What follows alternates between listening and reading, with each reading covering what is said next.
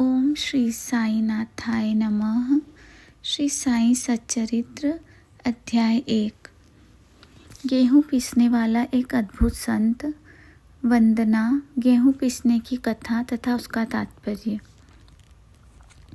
पुरातन पद्धति के अनुसार श्री हेमाड पंत श्री साई सच्चरित्र का आरंभ वंदना से करते हैं।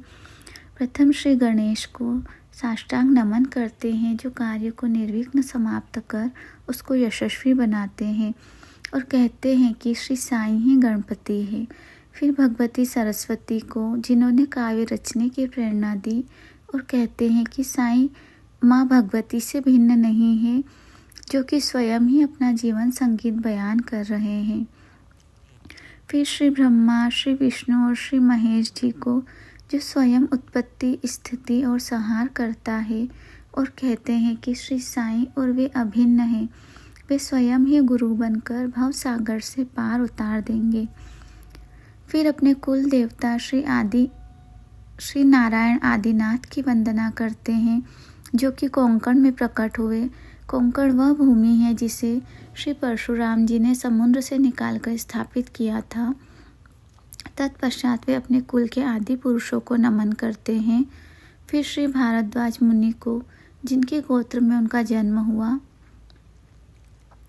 पश्चात उन ऋषियों को, जैसे ज्ञानवल्लभ, भृगु, पाराशर, नारद, वेदव्यास, सनक सनंदन, सनत कुमार, शुक, शौनक, विश्वामित्र, वशिष्ठ, वाल्मीकि, वामदेव, जैमिनी, वैशंपायन, नवयोगींद्र इत्यादि, तथा आधुनिक संत जैसे निवृत्ति, ज्ञानदेव, सोपान, मुक्ताबाई, जनार्दन, एकनाथ, नामदेव, तुकाराम, कान्हा, नरहरि आदि को नमन करते हैं।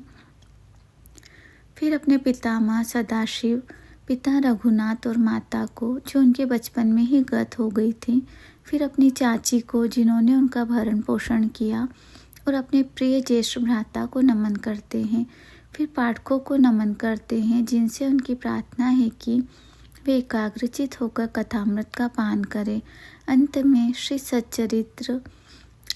श्री सच्चिदानंद सद्गुरु साईनाथ महाराज जी को, जो कि श्री दत्तात्रेय के अवतार और उनके आश्रयदाता हैं, और जो ब्रह्म सत्य जगत मिथ्या का बोध कराकर समस्त प्राणियों में एक ही ब्रह्म की व्याप्ति की अनुभूति कराते हैं।